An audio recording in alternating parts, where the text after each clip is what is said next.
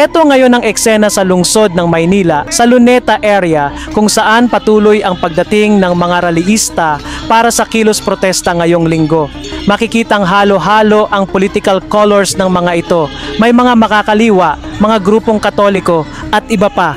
Lahat sila ay nagkakaisa sa kanilang panawagan laban sa corruption sa gobyerno.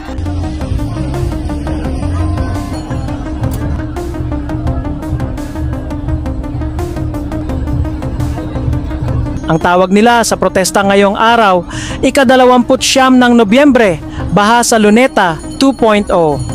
Parehong tuta, diktador pasista, Marcos Duterte, walang pinag-iba.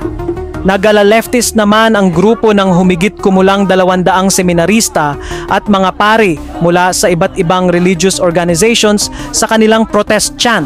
Ang bayan, kasama ang simbahan. Serbisyo sa tao, Huwag gawing negosyo. huwag gawing negosyo. Serbisyo sa tao. Marcos sinilin. Duterte managutin.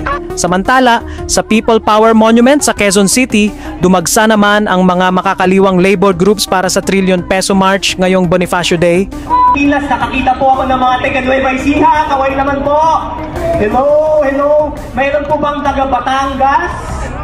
At ano ang panawagan po natin? Kulong lahat, mga kurakot. Mga kurakot! Kulong na yan! Mga kurakot!